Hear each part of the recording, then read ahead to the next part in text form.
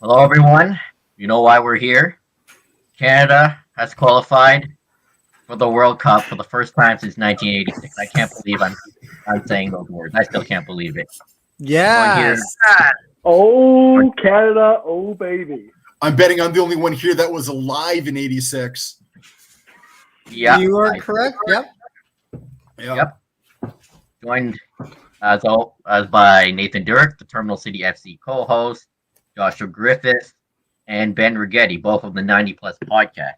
So we got a kind of a Terminal City 90 Plus podcast crossover here for a very special occasion. If there's any occasion that warrants a 90 Plus Terminal City crossover, I have to imagine it's today after what we've just witnessed. I mean, Josh, you said it. This is going to be way too confusing for me, Joshua and Joshua. But it's just what a day. We've been wanting this for so long, and we've been covering the game for a few years now, but collectively between us, and I know this goes long past what we've done in the last few years and what we've been able to witness to really understand what has happened here today. But oh my goodness, it just feels so good to hear you say those words and to see it on social media and to hear the players and KJ on the broadcast and everyone just saying it. They're going to Qatar. The ticket has been punched. Yeah, I think there's still a little bit of unbelievability and just, trying to get over the euphoria of the moment as well, right? I mean, this is something that they've been fighting for so long, but even getting to this stage of qualifying has been a hurdle. I mean, technically, we shouldn't be here except when they decided to actually rewrite the rules. So the fact that we not only get to go, but we're topping the list of those nations in CONCACAF that do get to go, I mean, I think it's credit to the guys already. And I mean, this is a huge hurdle that's now been overcome. And you know what? They get to enjoy it for the moment. And then, tomorrow wake up and figure out, all right, what's next? And it was so cool. Like you mentioned, Nathan, coming up, fighting against Haiti and losing. I tweeted out during the match, this is such a difference. Canada team getting dominated by Haiti that we're seeing now. And they're coming out dominating Jamaica, and they should have been up 4 or 5-0. In the first half. Oh, what a first half! This domination. Remember, we would lose 8-0 to Honduras. Those were hey! I think it was 8-1, wasn't it? Give them credit. Oh yeah, they got one. Yeah. But I mean, we used to go into matches with Martinique going, are we prepared for this? You know, like St. Kitts and Nevis, are we okay? Can we do this? And now we go in against Mexico and we're not afraid, right? We know it's going to be a match. It could go either way, but we're not afraid, which I think is a huge testament to not only the caliber of players that are being put out of the national program, but also with the coaching staff. I mean, this is a coaching staff that's finally solidified. We're not changing it every couple of years, trying to figure out what works and, just throwing things against the wall and seeing what sticks. We have a guy in John Herdman who has solidified not only the Canadian men's team, but he did a job with the women's team, 4 or 5 years before that, and said, look, here's what I can do. Let me continue to do it. Yeah, you got to give a lot of credit to John Herdman. Going off what you said there, Nathan, of, we're playing these, with credit due, but smaller countries like Martinique, St. Kitts and Nevis, Trinidad and Tobago, and, the list goes on and on. And, what's the mentality surrounding the game in this country for so long has been, okay, we'll dither about, we'll see if we can pick 3 points up here, but, and it's good to be mentioned in the same breath as the U.S. and Mexico, and even the likes of Honduras, El Salvador, Jamaica, Costa Rica, if they can even be viewed in that same, realm as those kind of middle of the pack CONCACAF teams, that was good enough. And then John Herdman and, the sweeping, wave for the last 10 years has been, this isn't good enough. We've a country of 36 or whatever million we are. We're putting, first world country, a lot of money into the sports and recreation department across this country. And, all of a sudden we're not just a hockey country, it's the mentality changed drastically from, like you said, are we prepared? Should we be getting Martinique to, realistically, a lot of the players that started in this game against Jamaica just a few hours ago, we could have put our B, maybe C team out there and still gotten a result. The depth is there. The mentality is something that I've harped on for quite some time now, off air with a bunch of my buddies and other reporters. The mentality surrounding this team for way too long was way too lenient and relaxed, and saying, we put so much money and effort into this, we need to be getting results. And now that they are, and it's good to see kind of the game catching up to the reality and the hard work being put in behind the scenes. Yeah, no, it's very true. I think one thing you talked about was that mentality. And I mean, even at the beginning of the octagonal, we were talking about the idea of we might not get it this time, but 2026, you know what? We're one of the host nations. We'll qualify for that. There we go. And it was the players and it was the coaching staff of the Canadian team that said, we're not looking for 4 years in advance. We're looking for now, right? And I think it was the rest of us that needed to catch up to what they believed they could do. They proved it to us. And they look good doing it. We talk about Alphonso Davies, talk about Jonathan David. You can't forget about other guys. This is not just Davies, David, and a bunch of other people. You got Stefan Eustachio, who has been brilliant throughout the entire qualifier. Milan Borjan in net. The ageless wonder, Ativa Hutchinson, who has been through so much with this country. You can't love these group of players. All great stories around. And to see this team in the World Cup in November, still quite some time away, but it'll be here before you know it. I can't wait. And by the way, the draw is April 1st, 9:00 Pacific. So there's also one more game. Morning. So hopefully Canada doesn't go into a group of death, but I don't think that'll phase them at all. You know what? I think they're going to go with I think there's going to be expectations. I shouldn't say that there will be no expectations. There's going to be some, but they're going to go in with a realistic mentality of, we know what we are capable of, and now we want to test ourselves against the best that there is. So, well, Josh, you kind of brought it up. What players did you like? You mentioned Stephen Eustachio.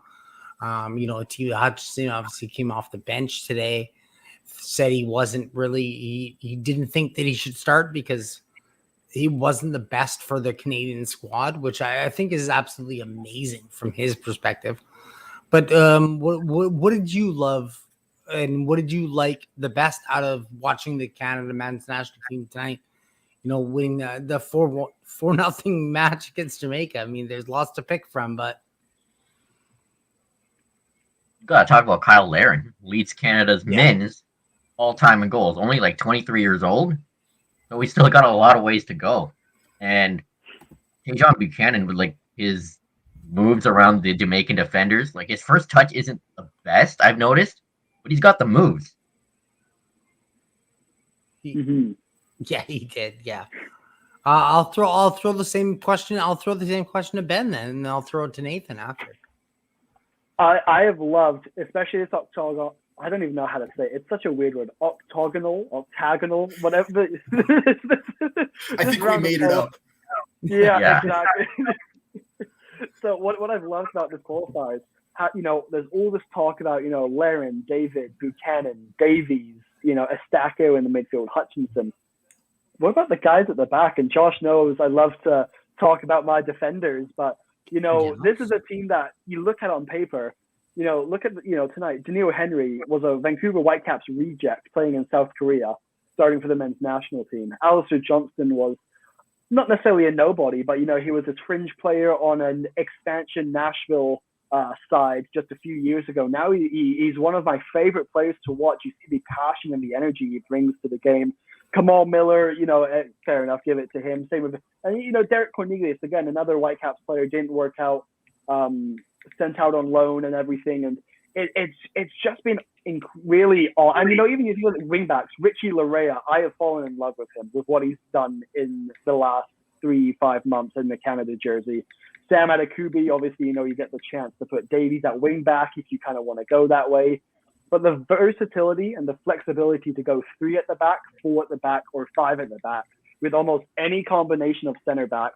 And you've got Luray on the right side. You can put Johnson out there. You've got Adekubi on the left. You can put Dave. There's so much flexibility and versatility. And these guys that not necessarily were unknown, but have really stepped up. And their stocks have gone so high in the last 6 months or so. So I've loved seeing this defense kind of the bits and pieces and the guys that kind of everyone forgets about in the Canadian men's national team, watching them come together and form this just wall. I mean, 7 now, I guess, with clean sheets. Like, it's been fantastic what they've done at the back.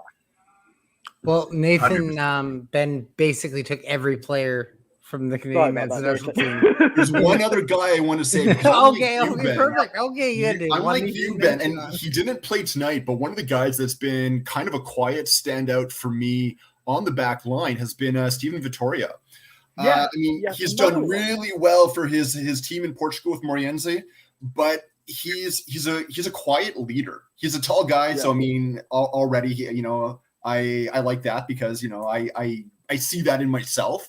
But for a guy, and especially when it's a back 3 and he's kind of marshaling that back 3 from the center back position, he quarterbacks everything, right? I mean, it's him or Borjan who's standing right behind him who get to see everything in front of them in the pitch. And they're the ones that are directing the play. So, I mean, you take a look at Canada, and the one thing that I think we can say, which we haven't been able to say for a long time, is that we have a lot of leaders. And we have a lot of leaders that actually do well together. They know when to listen to each other. They know when to discuss. They respond to each other really well. And I think Vittoria should be put in that same conversation. Oh yeah, 100%. Got a lot of leaders on. There's no true one leader on this squad. It's almost like everyone is a leader on this Canadian men's national team. And imagine being in Toronto right now, being at BMO Field. Oh, the scenes even before the game when the team bus was coming in. I was on a train, so I didn't get to watch it. I was watching it on my phone as I'm doing this.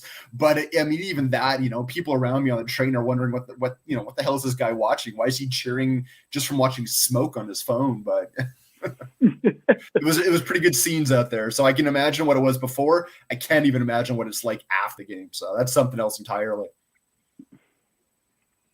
Yeah, the game should have been in Vancouver, but we're not complaining at this point. No, I'm not going to complain. No. Yeah.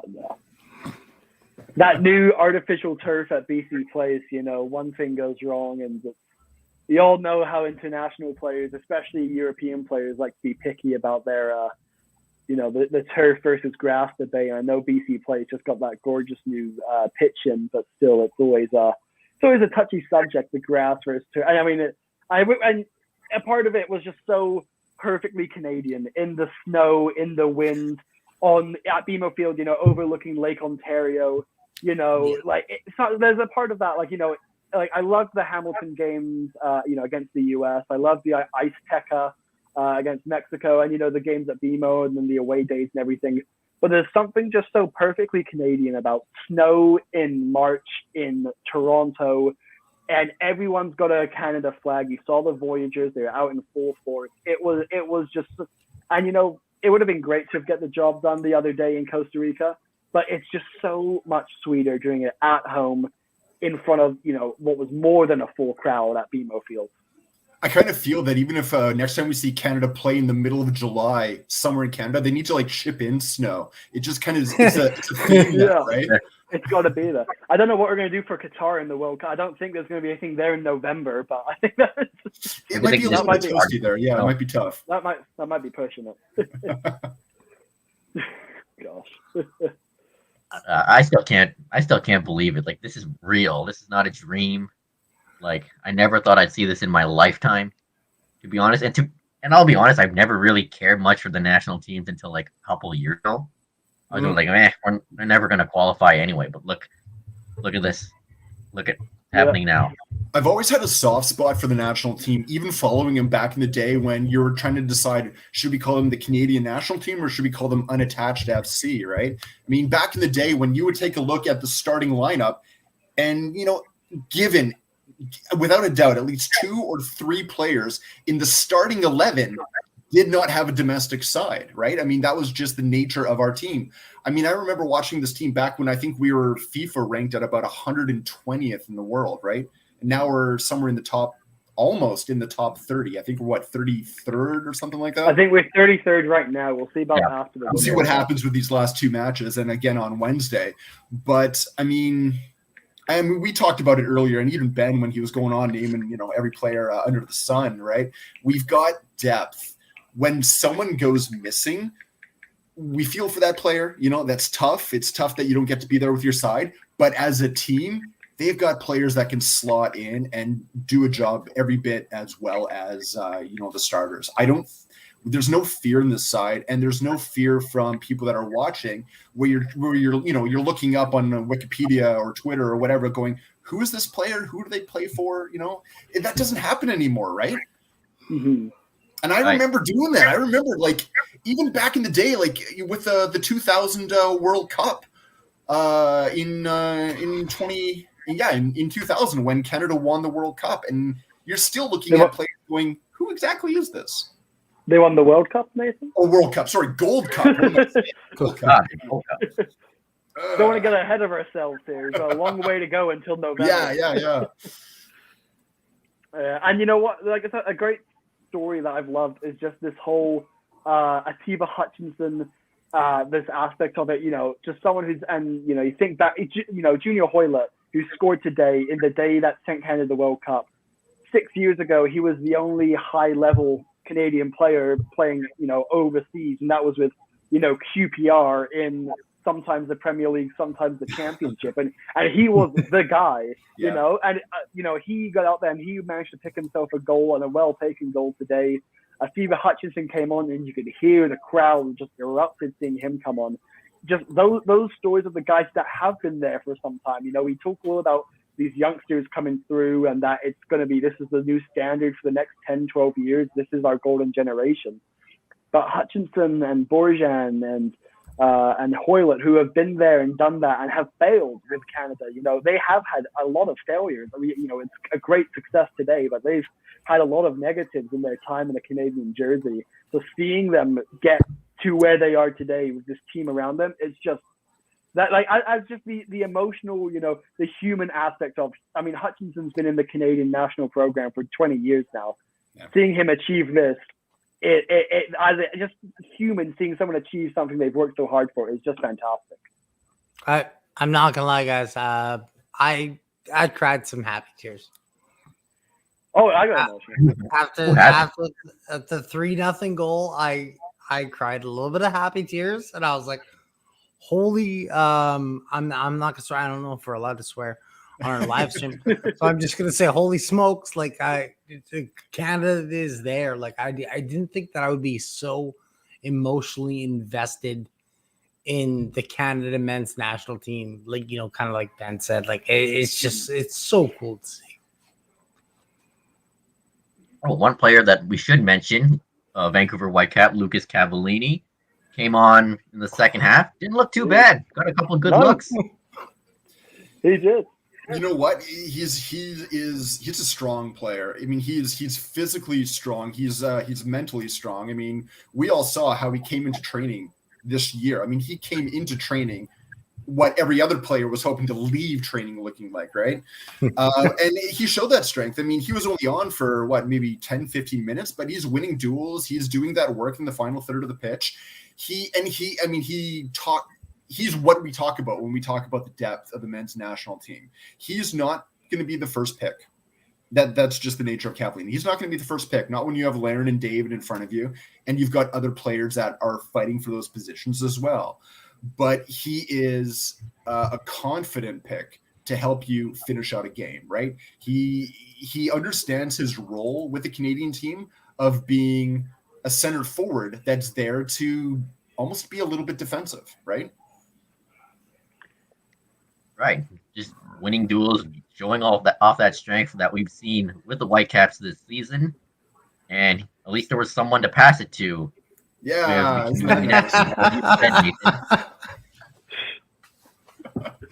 Josh, you can't be taking shots at the Whitecaps like that. Like, Not Hey, Nathan today. tweeted it first. Give him we gotta be celebrating the Canadian men's national team and what Cavallini did. Yeah, no, him coming off the bench, just providing that spark. I mean, they should have had probably 3 or 4 more goals. I don't know what you guys think, but yeah, they had a very solid performance tonight. They do, but the one thing Jamaica has going for them is Andre Blake. I mean, he is a top MLS goalkeeper, right?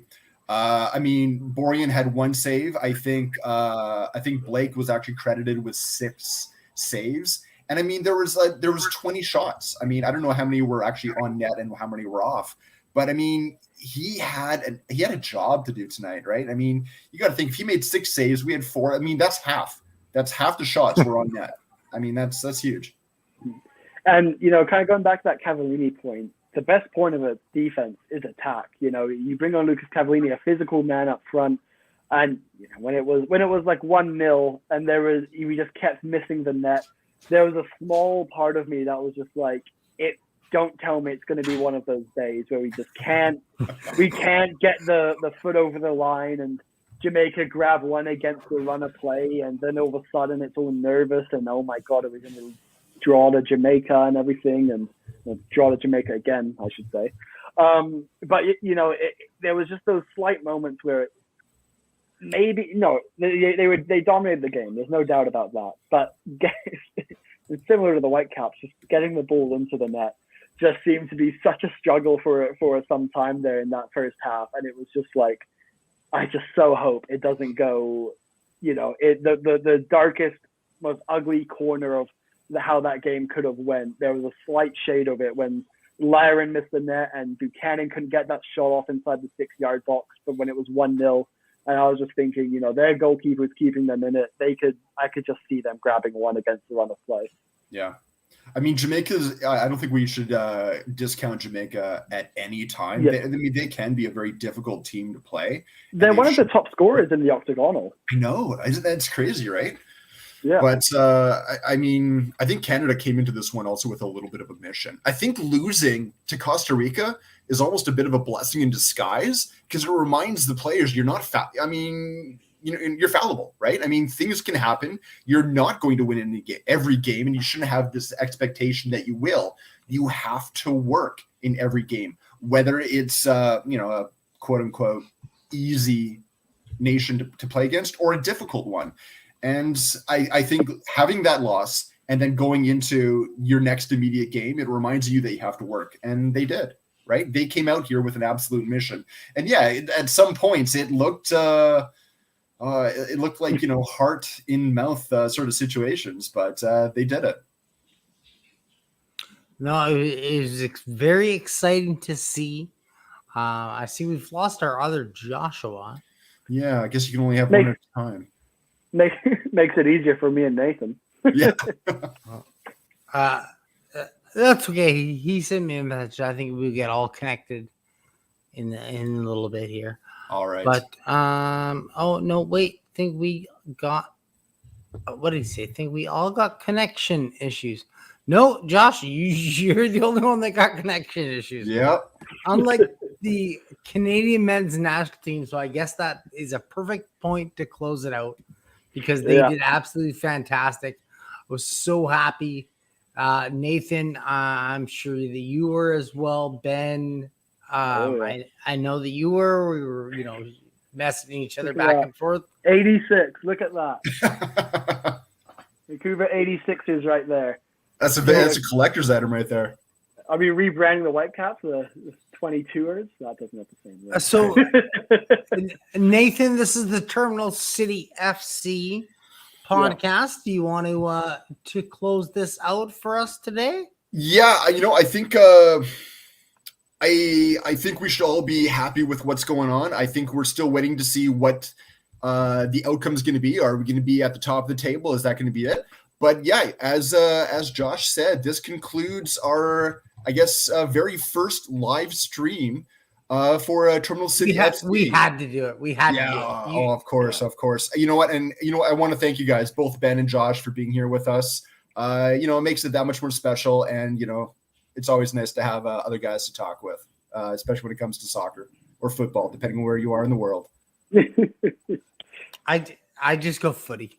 Footy, that works too. Nice footy. All right, everyone. This concludes Terminal City FC for the day. We'll be back in midweek where Josh, Ray, and I will chat more about this game, the game that was before in the international window, and the game that is to be on Wednesday. We will see you then. Take care. World Cup, baby. World Yes, Cup. sir.